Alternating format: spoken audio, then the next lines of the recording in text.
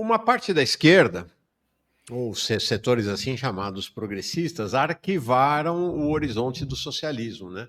Aderiram à ideia da democracia liberal, do capitalismo democrático, do capitalismo de face humana. A gente viu, inclusive, o presidente Lula, agora no 8 de janeiro, falando que ele é presidente graças à democracia burguesa e que na Revolução Russa e na Revolução cubana não tinha operário, não tinha camponês e tal. E vocês? Qual é a relação? Eu vi uma entrevista outro dia muito bonita sua falando desta relação íntima do MST com o horizonte socialista. Como é que o horizonte socialista coloca-se para o MST? Nós não temos outra alternativa. A humanidade não tem outra alternativa. Nós precisamos, Mauro, falar da revolução. Por isso usei aquela expressão. Eu preciso falar da revolução com um sorriso nos lábios. Porque além de toda essa problemática, e começamos falando do campo, da barbárie que acomete o povo no campo, nas cidades, etc., a falta de perspectiva de projeto político, inclusive, está levando a juventude a não ter um horizonte. Vive-se o hoje, simplesmente falta horizonte.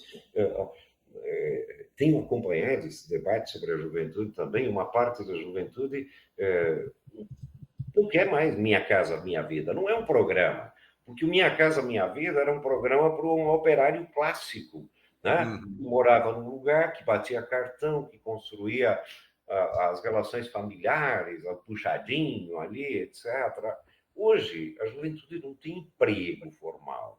A própria universidade, que foi um sonho sempre, fazer universidade, etc., hoje também não. A instituição casamento está em desuso. Ter filhos, tirar a carteira de motorista, enfim, é uma série de questões que não estão colocadas. Por quê? Porque muita gente, primeiro, não tem uma perspectiva econômica, por isso toda essa ideologia do empreendedorismo, do influencer, etc., exerce uma função muito grande na juventude. Não é que a juventude foi para a direita, é fascista.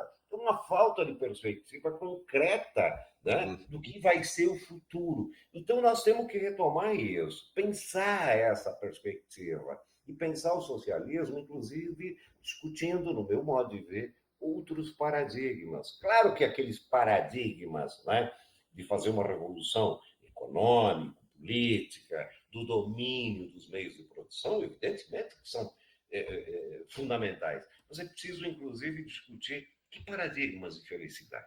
Né? Essa ideia do ter, do poder, de riqueza, etc., que evidentemente nunca vai ser para todo mundo, e nem o planeta comportaria uma situação dessa, nós precisamos discutir o que é ser feliz e o que a gente quer. E isso tem que estar associado a processos revolucionários, numa perspectiva de voltar a construir um encantamento, formas organizativas. Eu sou um homem de organização. Eu não acredito em outro formato. A organização político, social é fundamental. Individualmente, ninguém vai mudar absolutamente nada. Né? Até fico incomodado, às vezes, o cara leu 3 livrinhos, empina o nariz e se acha, sei lá o quê. Eu brinco, me manda a placa aí que eu vou pendurar numa árvore que talvez algum dia algum bicho aprenda a ler essa língua e leia o teu nome. Né? Ou seja, nós precisamos pensar na coletividade, inclusive retomar processos metodológicos diferentes. Né? Esse método junta um monte de gente, um carro de som, briga por microfone, não atrai mais ninguém também.